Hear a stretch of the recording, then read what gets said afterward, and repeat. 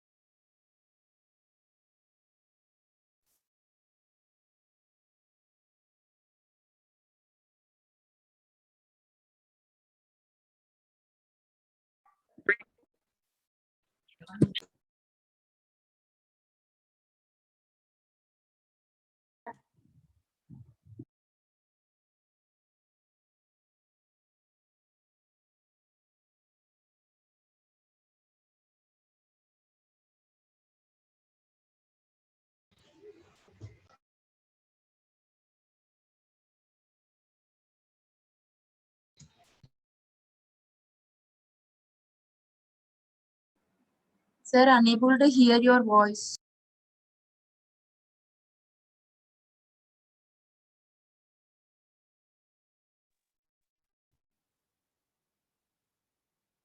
Good morning, students. So now in today's class, once you have to revise the maximum and closed frequency item sets. In the maximum and closed frequent item sets, mainly we have to discuss which items are frequently purchased by the customers, and that is a maximal how to represent it as a maximal and closed. So particularly few items we have to consider as it's a closed frequent item sets. And here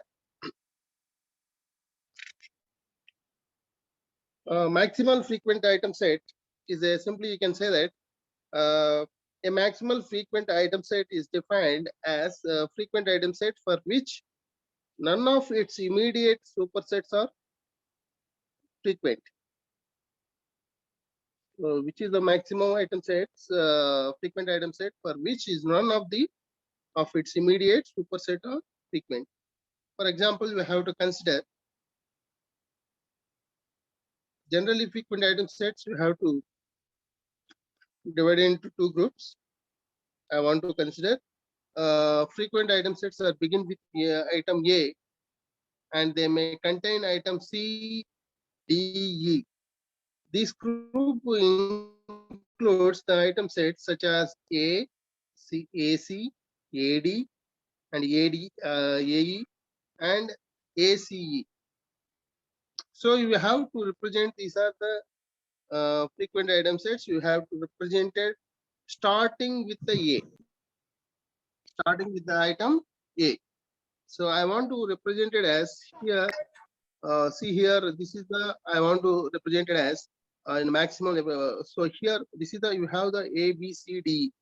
Total items are you have the A, B, C, D, E. So now, how many item sets, that is the frequent item sets, starting with the A, that is the AB, AC, AD, AE. So these are the frequent item sets. You have to begin with the A. Yeah. And frequent item sets that begin with the items similar way B, C, D, E. This group you have to starting with the B, that is the BC, BD, BE. Starting with the C, CD, CE. These are the item sets. And you're starting with the D, that is the DE. So like this way, you have to represent the groups. Begin with the A and begin with the B, C, D, E. Okay, clear? So here, this is the maximum. These are the maximal frequent item sets. Frequent item set for which is none of its immediate supersets are frequent. That is the maximum frequent item sets. It provides a valuable representation for the data sets that can produce very long and frequent item sets, as there are exponentially many frequent item sets in such data. So for example, here you have to consider support of the maximal frequent item sets ACE, AD, BCDE. So this is the maximum frequent item sets. Do not provide any hint about the support of these subsets. The additional pass over the data set therefore needed to be determined the support counts of the non-maximal frequent item sets. So this is regarding to that maximal frequent item sets. And next one is the closed frequent item sets. What is the closed frequent item sets? Simply you can say that closed frequent item sets is provide minimal representation of item sets without losing their support information. For example, you have to consider an item set X is closed. For example, here you have to consider as a ABC. So here we have to represent it as closed item sets. Minimum support is 2 and maximum support is 4. The closed support is you have to represent it as 9. Maximal is 4. So here I want to represent an item set X is the closed if is none of its immediate superset has exactly the same support count as a X. So see here in this diagram it shows closed frequent item sets with the minimum support count equal to 40%. I want to represent. So which items are we have to represent it as that is the C, D, E, AC, PC, and CE, and DE, and ABC, ACD. So these are the items you have to represent it as closed frequent item sets. How we can say that? So only in the you have to consider as starting with the A or starting with the B. We have to accept that is the you could not start with the number C, D, E. So you have to start with the A or B, but you could not start with the C and D. So that is you have to represent it as closed frequent item set. An item set is a closed frequent item set if it is closed and its support is greater than or equal to minimum support. Actually, here the minimum support is 40%. You have to consider that is the assuming the support threshold is 40%. BC is the closed frequent item set. BC is the closed frequent item set, and because its support is 60% here. So always the number you have to representation is greater than the minimum support.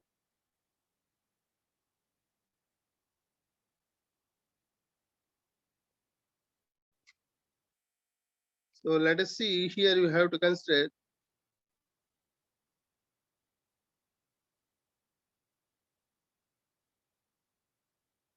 what is the relationship between these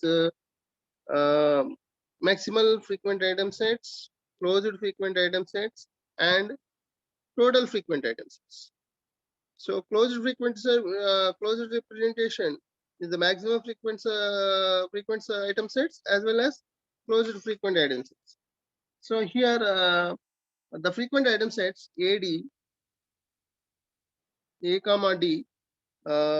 See here because the item set is not closed, its support and count must be identical to one of its immediate supersets.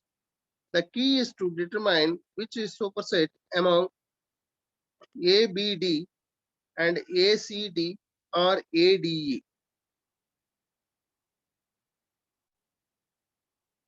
Has exactly same support count as AD.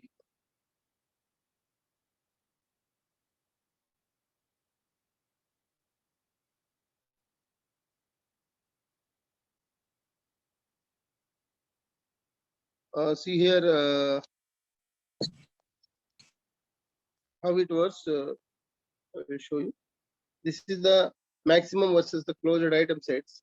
The maximum frequent item sets, few frequent item set, which items are more frequent you have to getting. That is the within the subset of closed frequent items. And closed frequency items frequent subset closed frequent item sets are subset of frequent item sets. That is the way you have to represent the free relationship between the frequent, maximal frequent, and closed frequent item sets. It is simply you can say that an association rule X implies to Y is redundant if they resist the rule of X bar implies to Y bar, where X is a subset of X bar, Y is the subset of Y bar. Then such that is the support and confidence of both rules are identical. Clear?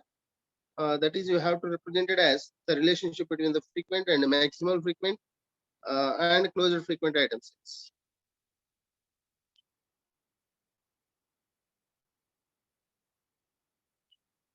Next one is the pattern evaluation. So whenever you want to discuss with the pattern evaluation, mainly you have to concentrate on association rule algorithms tended to produce the too many rules, but many of them is uninteresting or redundant. Redundant if ABC implies to D, AB implies to D have the same support and confidence. This is a summarization technique we have to represent it here. Interesting measures are very important. It is used to prune and rank the desired pattern. In a priori algorithm, you have to use the pruning and joining steps. So first one is you have to pruning. Then after pruning that, so individually you have to represent it here. Then that is the joining you have to then joining and pruning you have to perform it there. Then subjective measures are required to the human analysis, similar in objective measures you have to based on the data. So here the pattern evaluation, how it was, the regarding to the computing interesting measures. I want to simply, you can say that here, contingency of table of x implies to y. Information is needed to compute the interestingness can be obtained from the contingency of table. For example, support x and y, support x. So see here, this is the, I want to represent it one table. That is the table you have to represent it as with the two variable, that is the x and x bar and y bar. So support of the one particular variable, you have to consider the x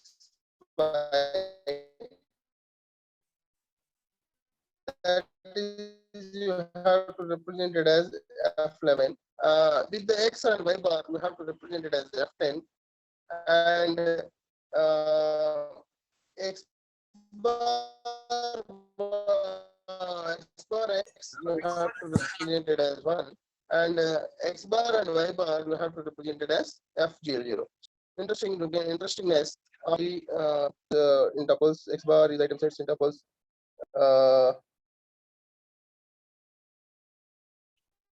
So which item sets has appeared in the table or in the tuple, that is you have to represent it as x. Which is or not appeared, that is represented as x bar. So that is the computing interestingness measures. So how it works, see here, that is the drawback of confidence. See here, the number of people that drink to the tree, the number of people that drink coffee and tea, both. Number of people that drink coffee but not tea, number of people that drink coffee only. So here you have the 4 types of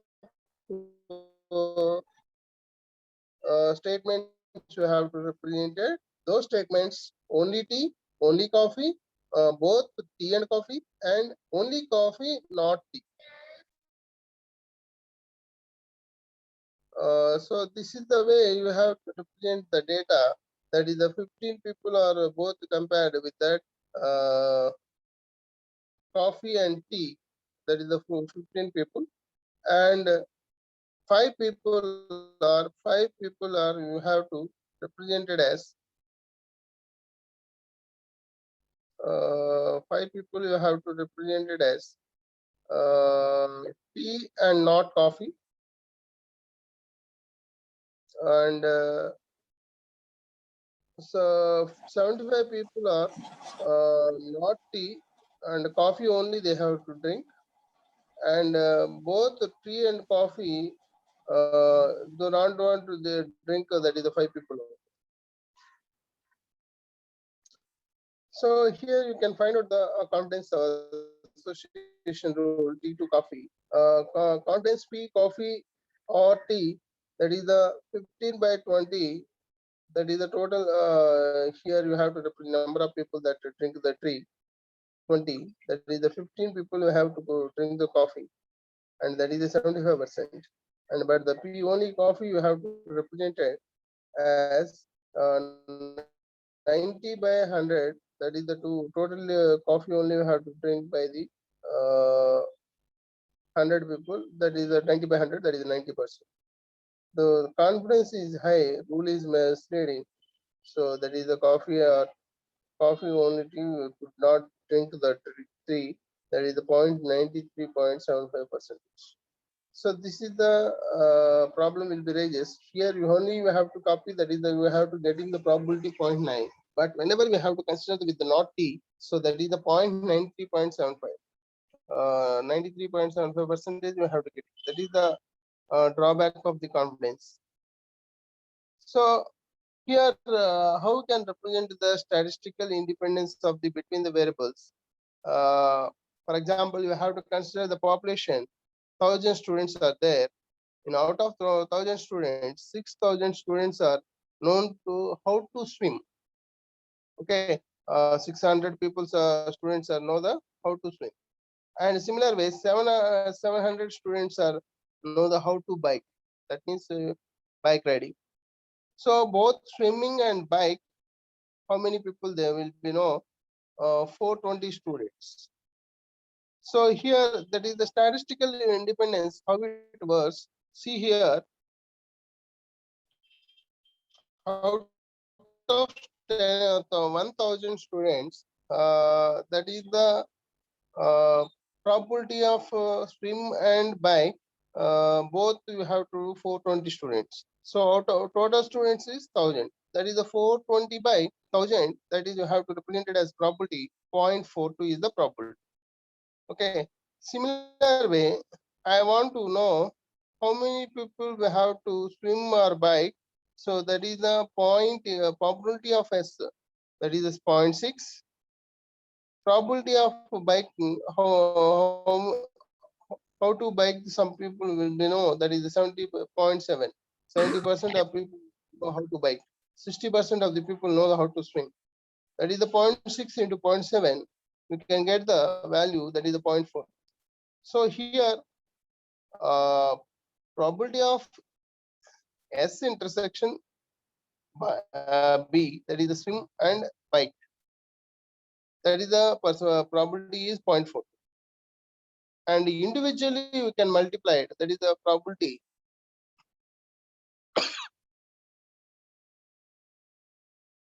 Swim and bike.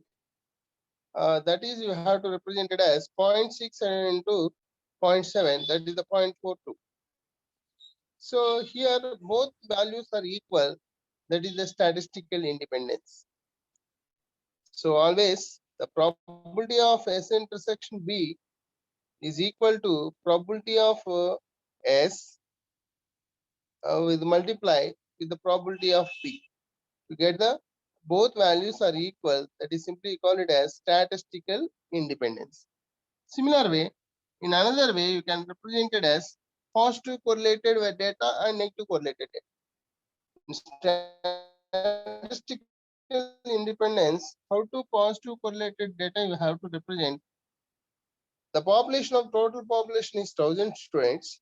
600 students are know how to swim, and 700 students are know the how to bike. So, for example, 500 students are know how to swim and bike both. So, what is the percentage? What is the probability of that one? That is the probability of both swim and bike. That is 500 by 1,000. That is you have to get it in the 0.5, and that is the probability.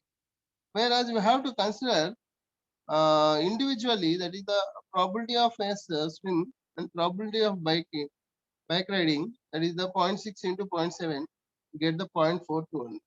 So here always the value is both swim and bike is greater than the individual probabilities. So probability of that is the S intersection B is always greater than probability of S into probability of B. So this is the positive correlated data. And what is the negative correlated data? So here you have to represent the negative correlated data. Population of 1,000 students, 600 students are know how to swim, 700 students are know the how to bike. So 600 students are know the how to swim, 700 students are know the how to bike ride, and only 300 students know both swim and bike. Only 300 students are know how to swim and bike. So that data you have to represent probability of both swim and bike. Get the 300 by 1,000 probability, and that is simply you can say that 300 by 1,000 you get the 0.3, and individual the values, that is the probability of S into probability of B, that is the 0.6 into 0.7, you can get the 0.42. 0.4. So always this probability of both swim and bike is always less than the individual probabilities.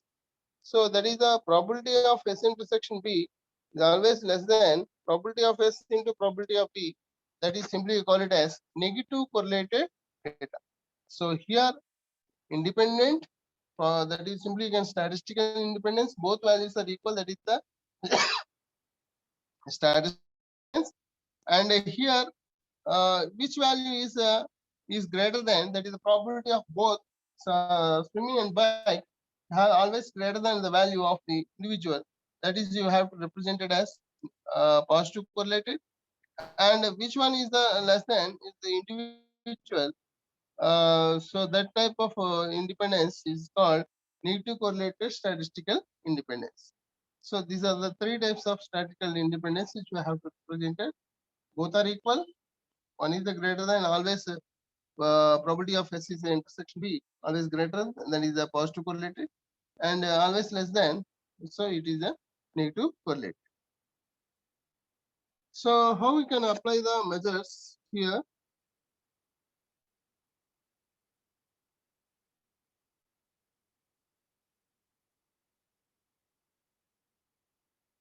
Statistical based measures generally you have to represent it here. Measures that take into account of statistical dependence, lift of a particular lift and interestness, and we have to represent lift probability of conditional probability y imply y2x divided by probability of y, and probability of x comma y divided by probability of individual probability of x and probability of y. That is simply call it as interest. And in this mining is called as point-wise.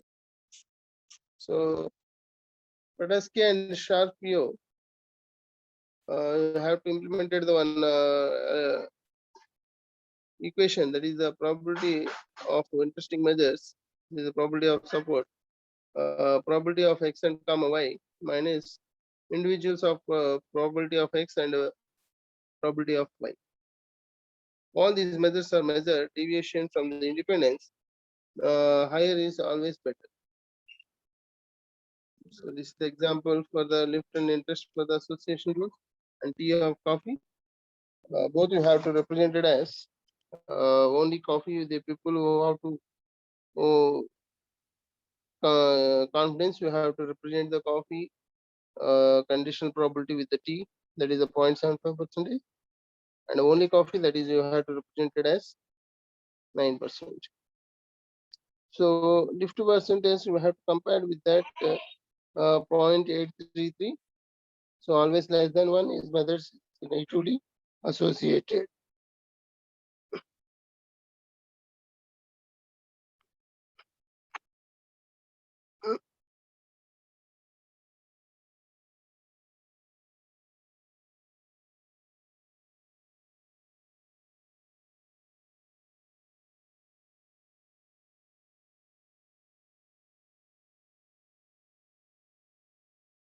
See the another example.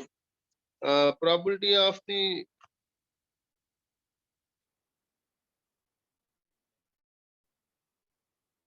action of the documents, you have to represent the no correlation, positive correlation, and negative correlation.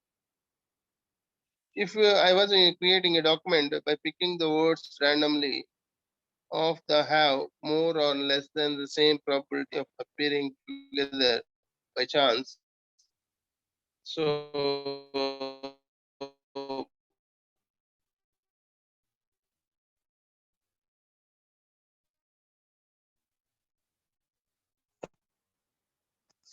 that is a 0.9. So that is simply you can say then you have to represent it as negative correlation.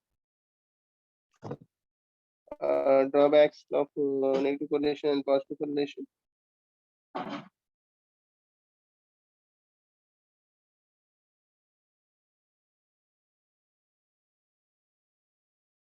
So that is regarding to that statistical independence. In the statistical independence, and then we have to discuss with that alternative frequent identity set completions. So alternative item sets means a priori algorithm you have to use. Similar way, you have to use the different types of alternative methods for generating the frequent item sets. Those are traversal of item set lattice, equivalence classes, breadth first stage and depth first stage, BFS and DFS, representation of transaction data sets. So these all concepts you have to use for the alternative methods for the generating the frequent item sets.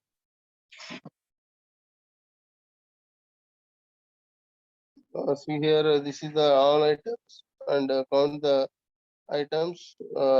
First pass or similar way you can perform frequent item sets. Construct have to represent the all pairs of items. Frequent pairs we have to represent it here. A priori algorithm, see here which item counts, then frequent item sets counts then a pair of the item sets from the pass 1 to pass 2. Step-by-step process of this one. In pass 1, computing the frequent items of priori algorithm, most memory is idle, that the memory is keep the counts of the buckets into the which pairs of the items are hashed. See here, that is item counts in pass 1.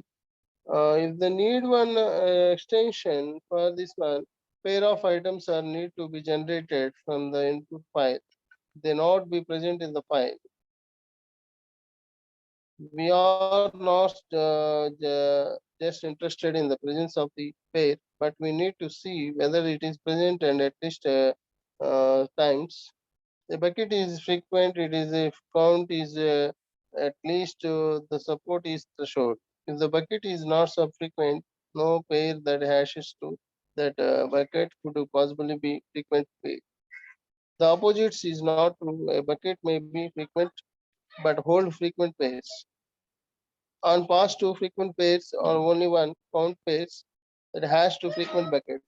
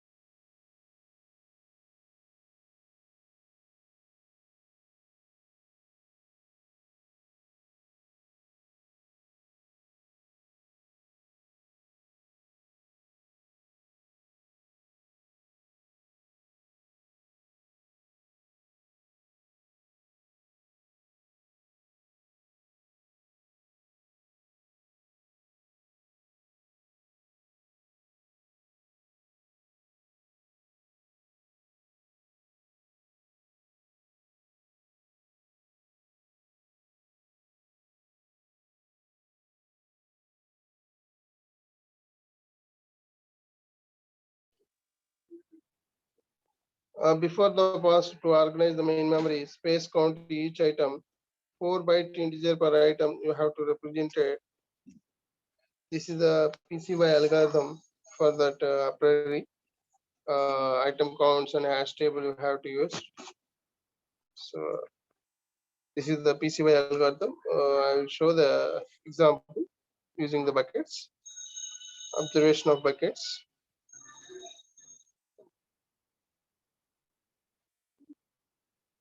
So actually here in priori algorithm, you have to item counts and frequent item sets only you have to use. But whereas in PCY, you have to use the hash table as well as bitmap also you have to use.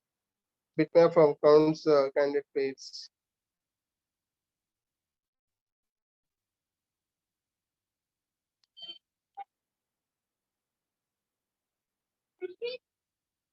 So no need to discuss with that.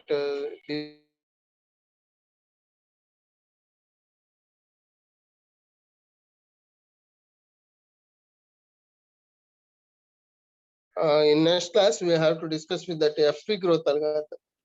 So this is the end of the priori algorithm with the hash tables and what is the statistical independence.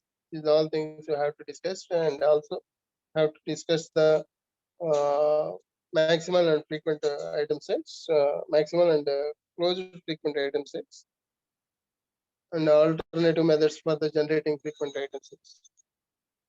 So we'll continue in next class.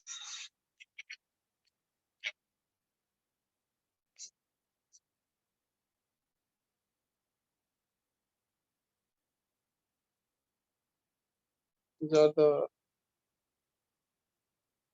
this is a pre-growth algorithm. We'll continue in next class. Thank you.